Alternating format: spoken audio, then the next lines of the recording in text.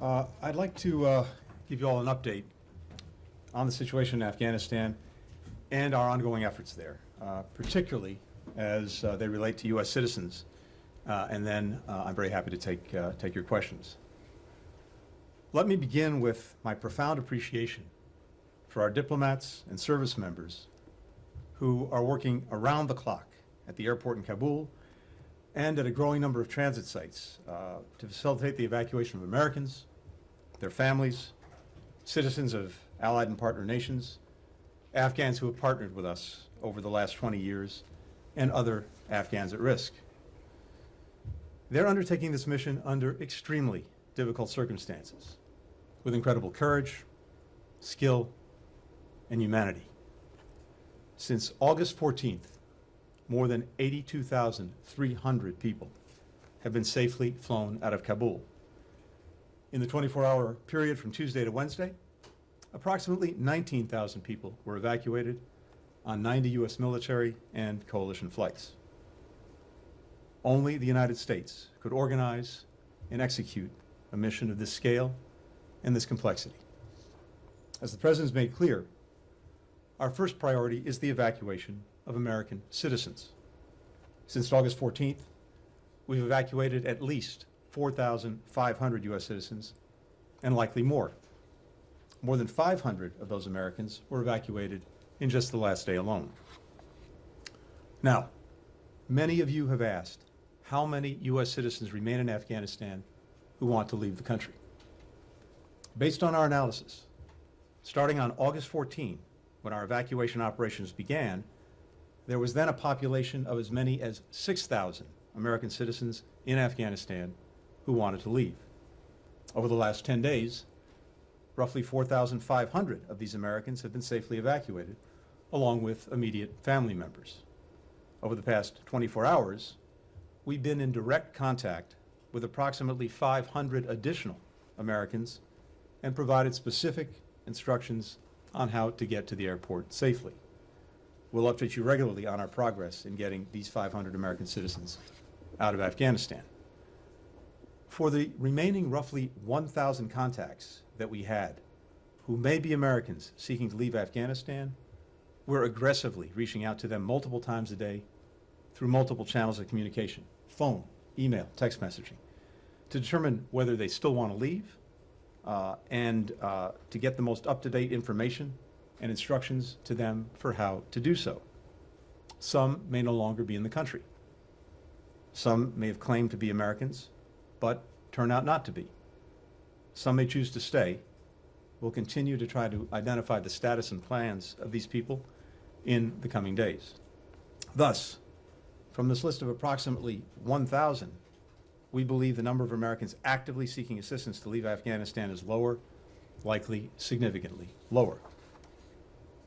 Having said that, these are dynamic calculations that we are working hour by hour to refine for accuracy. And let me, if I can, just take a moment to explain why the numbers are difficult to pin down with absolute precision at any given moment. And let me start with Americans who are in Afghanistan and we believe want to leave. First, as I think all of you know, the U.S. government does not track Americans' movements when they travel around the world. When Americans visit a foreign country, or if they reside there, we encourage them to enroll with the U.S. Embassy. Whether they do or not is up to them. It's voluntary. And then when Americans leave a foreign country, it's also up to them to de-enroll. Again, that's a choice, not a requirement.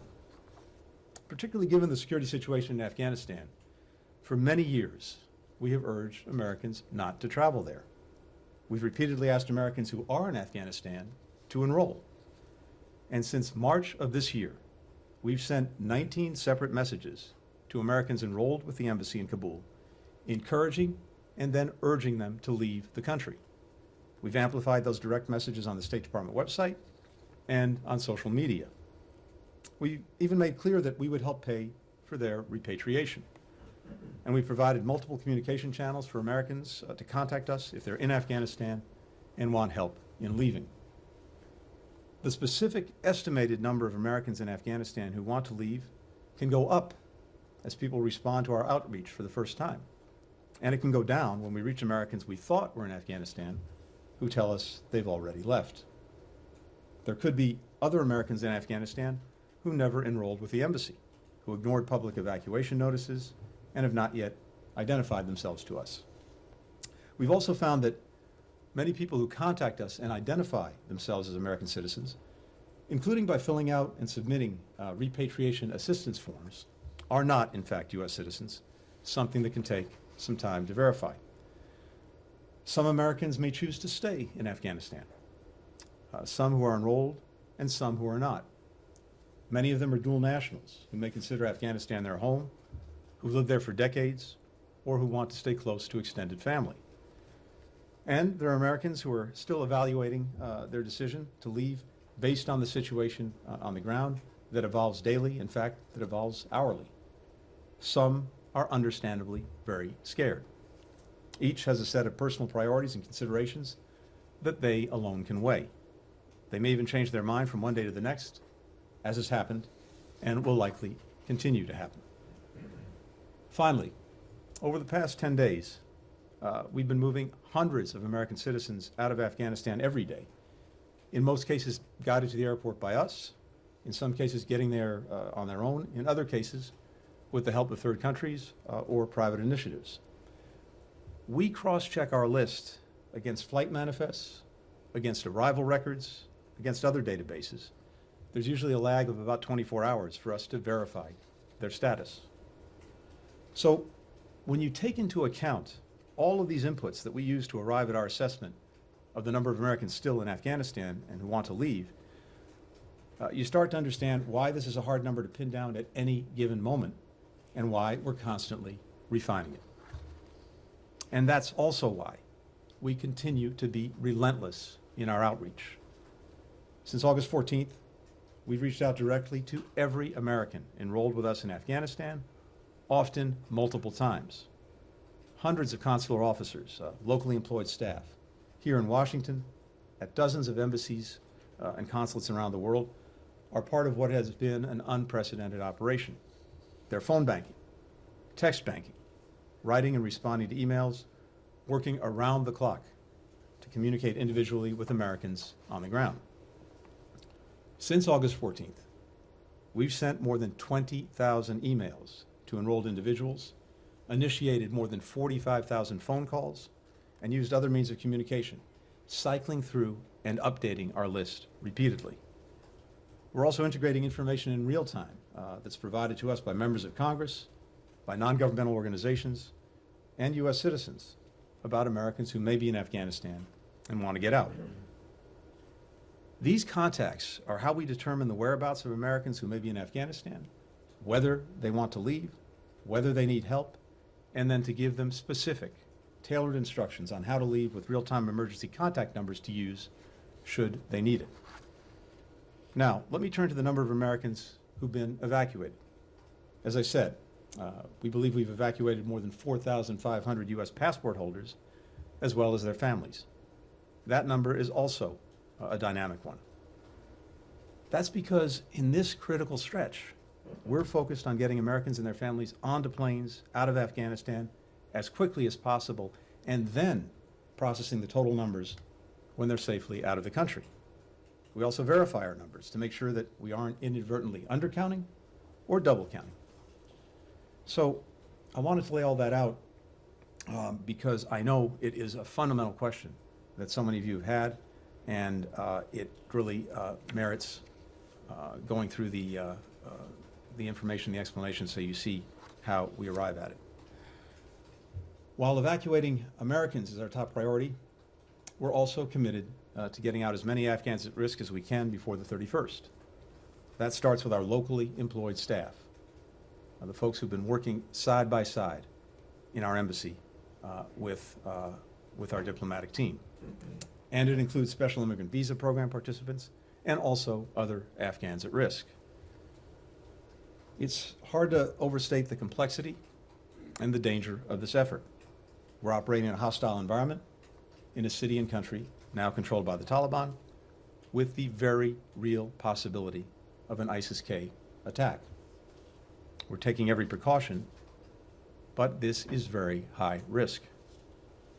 As the President said yesterday, we're on track to complete our mission by August 31st, provided the Taliban continue to cooperate and there are no disruptions to this effort. The President has also asked for contingency plans in case he determines that we must remain in the country past that date. But let me be crystal clear about this.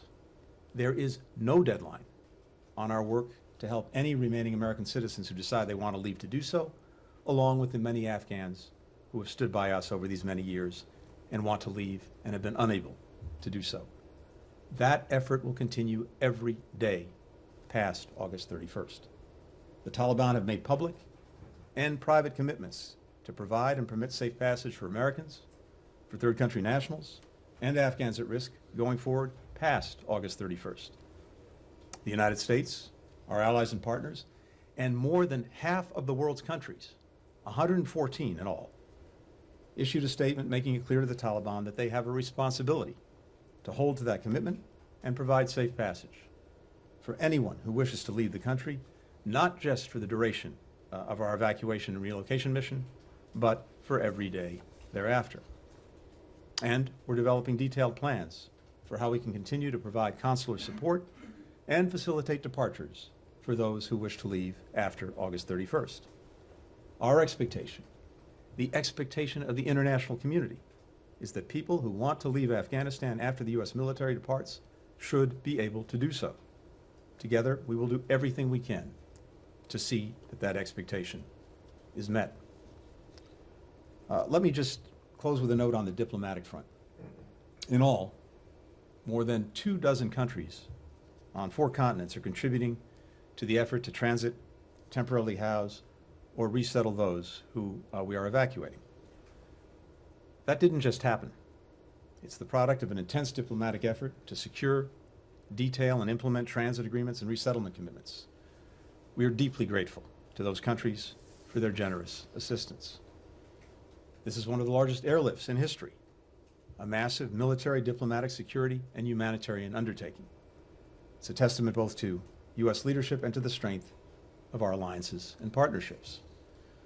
We'll be relying and building upon that strength moving forward as we work with our allies and partners to forge a unified diplomatic approach to Afghanistan.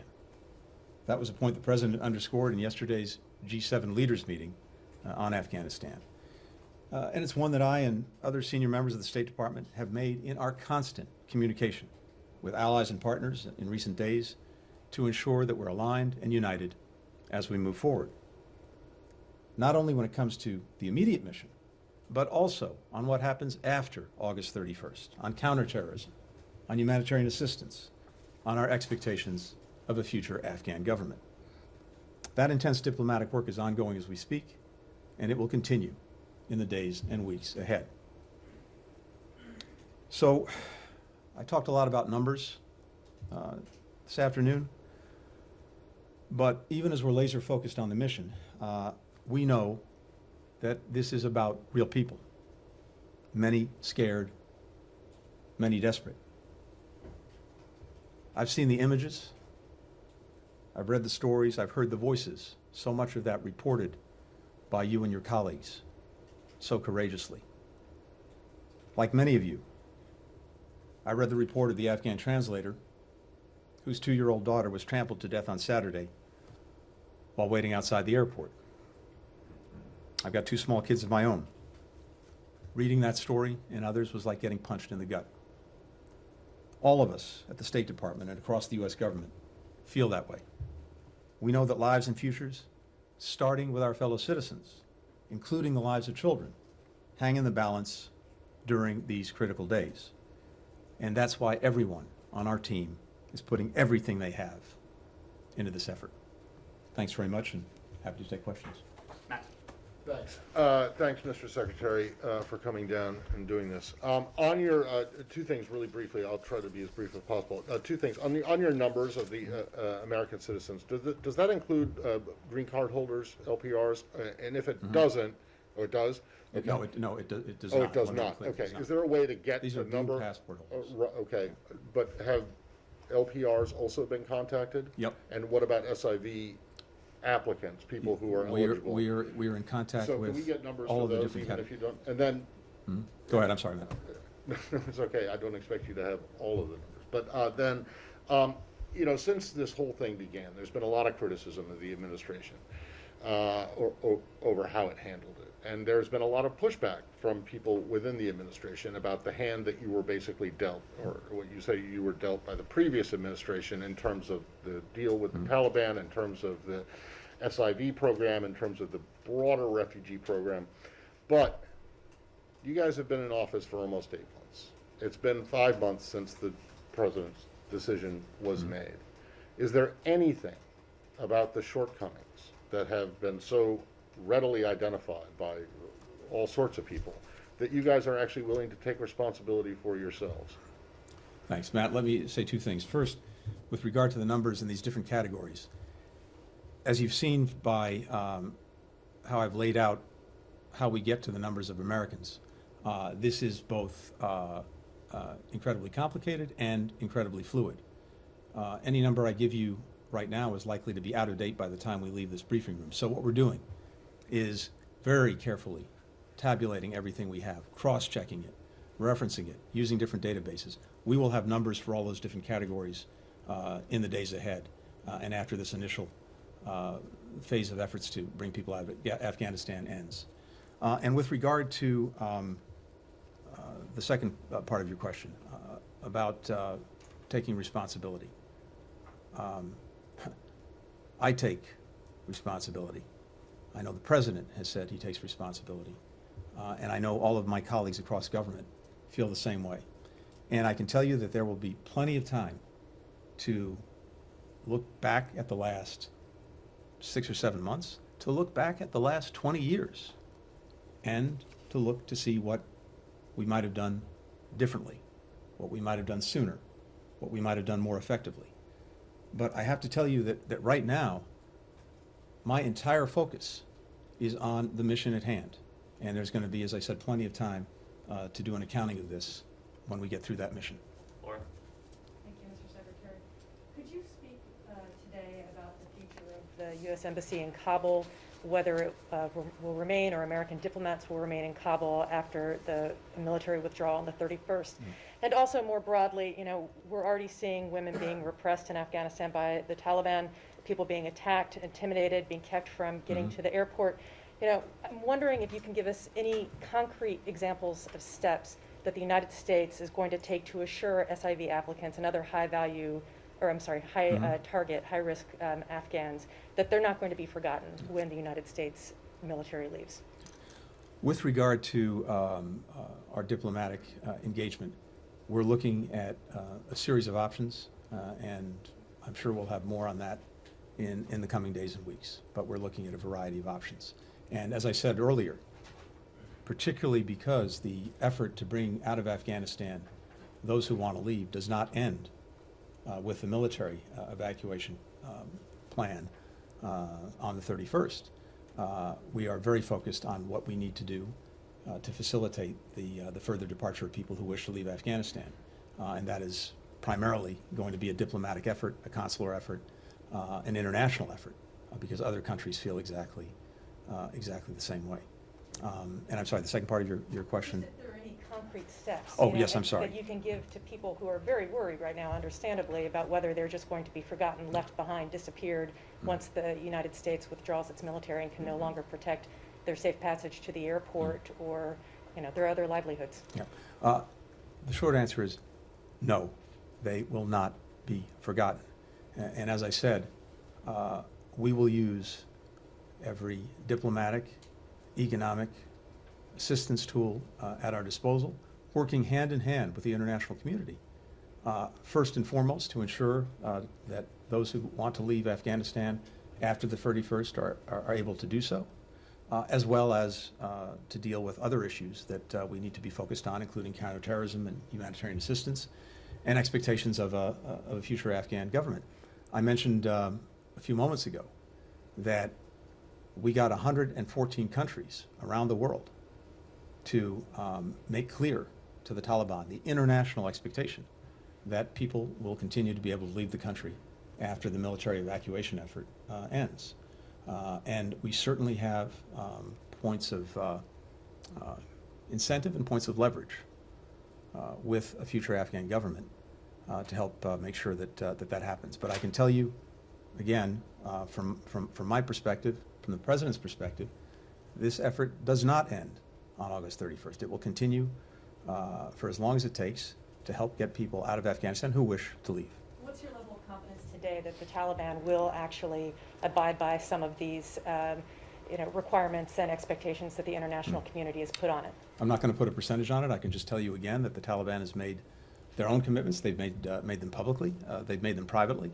And again, I think they have a very strong self-interest in acting with a modicum of responsibility going forward. But they will make their own determinations. Andrea. Mr. Secretary, thank you. But the Taliban right now, focusing on the mission right now, are not living up to their commitments. People are being stopped trying to get into the airport. I'm talking about, women, SIVs, others, Afghans, people with papers, and they're being stopped outside the airport now. There are total bottlenecks, which seem to rise to the level of what the President said were the contingencies if the Taliban is not complying, if the flow can't continue. We're loading planes, but some planes are leaving without, and some people are people who have private planes waiting for them with landing rights, but can't get into the airport, as well as beyond the SIVs, there are lawyers, there are judges, women lawyers, judges, educators. We've told them for 20 years, you can live up to your potential. And now they feel abandoned. And I'd finally like to ask you about the local hires.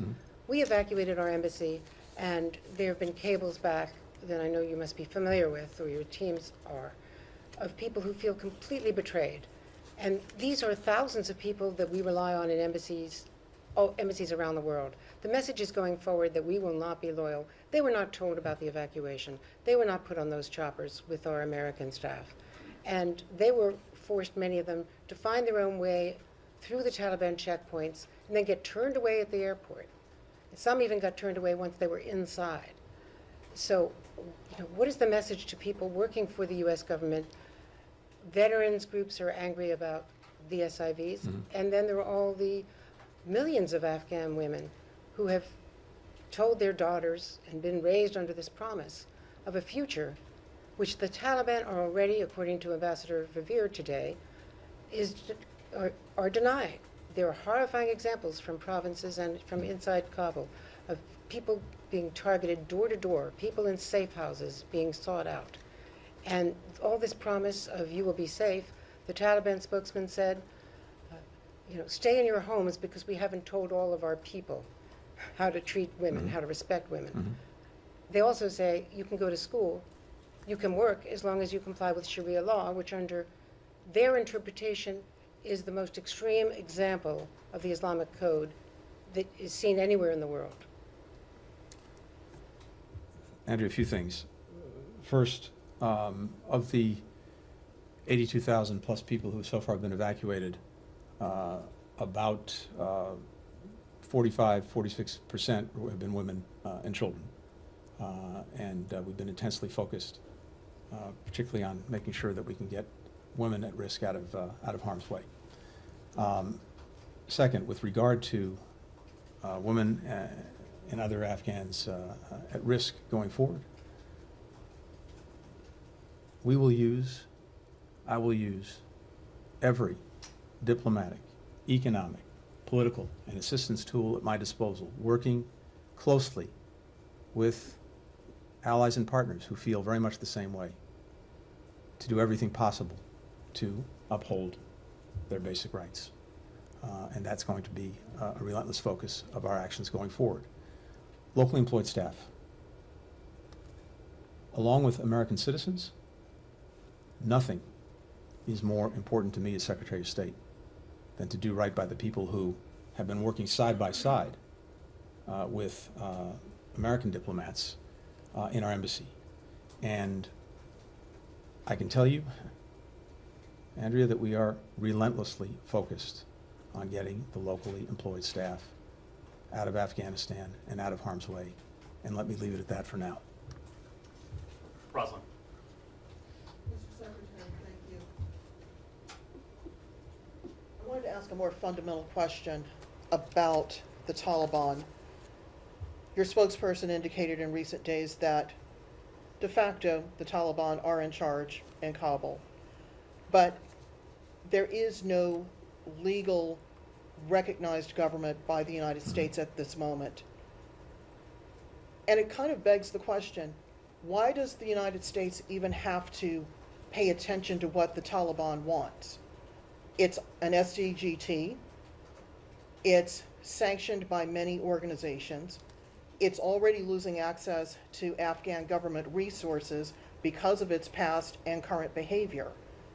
Why should the United States even care what the Taliban wants to be done at the airport or frankly anywhere else in the country, since they are not, in the U.S.'s eyes, a legally recognized government? Mm-hmm. Thank you. Thank you. Our focus right now is on getting our citizens and getting our partners, Afghan partners, third country partners who've been working in Afghanistan with us, out of the country and to safety. And for that purpose, first, the Taliban, whether we like it or not, is in control, largely in control of the country, certainly in control of the city of Kabul. And it's been important to work with them to try to facilitate and ensure the departure of all those who want to leave. And that has actually been something that we've been focused on from the beginning of this operation, because as a practical matter, it advances our interests. Second, we've been engaged with the Taliban for some time diplomatically, going back years, in efforts, as you know, to try to advance a peaceful settlement of the conflict in Afghanistan. There's still talks and conversations underway, even now, between the Taliban and former members of the Afghan government, with regard, for example, to a transfer of power and some inclusivity in a future government. And I think it's in our interest, where possible, to support those efforts. Going forward, we will judge our engagement with any Taliban-led government in Afghanistan based on one simple proposition: our interests, and does it help us advance them or not? If engagement with the government can advance the enduring interests we will have in counterterrorism, the enduring interest we'll have in trying to help the Afghan people who need humanitarian assistance, and the enduring interest we have in seeing that the rights of all Afghans, especially women and girls, are upheld, then we'll do it. But fundamentally, the nature of that engagement and the nature of any relationship depends entirely on the actions and conduct of the Taliban.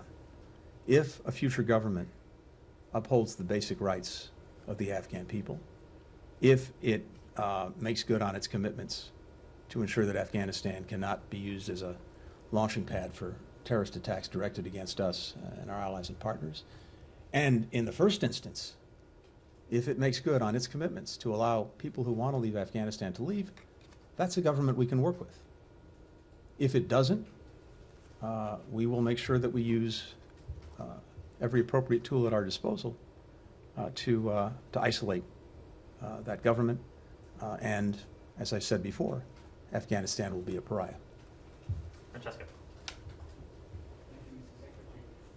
What will happen on September 1st? Will the U.S. keep any diplomatic and/or any other kind of presence in Kabul at all? And who will run the airport? Is there any progress in the discussions with the Turks who announced the withdrawal, the military withdrawal, with the Qataris and with the Taliban on the airport? Thanks. There are very active efforts on the way, underway on the part of regional countries to see whether they can play a role in keeping the airport open once our military mission leaves, or, as necessary, reopening it if it closes for some period of time. And that's happening very actively right now. The Taliban have made clear that they have a strong interest in having a functioning airport. We and the rest of the international community certainly have a strong interest in that, primarily for the purpose of making sure that anyone who wants to leave can leave past the 31st using an airport. And so that's a very active effort that's underway as we speak. And again, with regard to our own potential presence going forward after the 31st, we're looking at a number of options. Thank you very much, Mr. Secretary. Thank you all very much.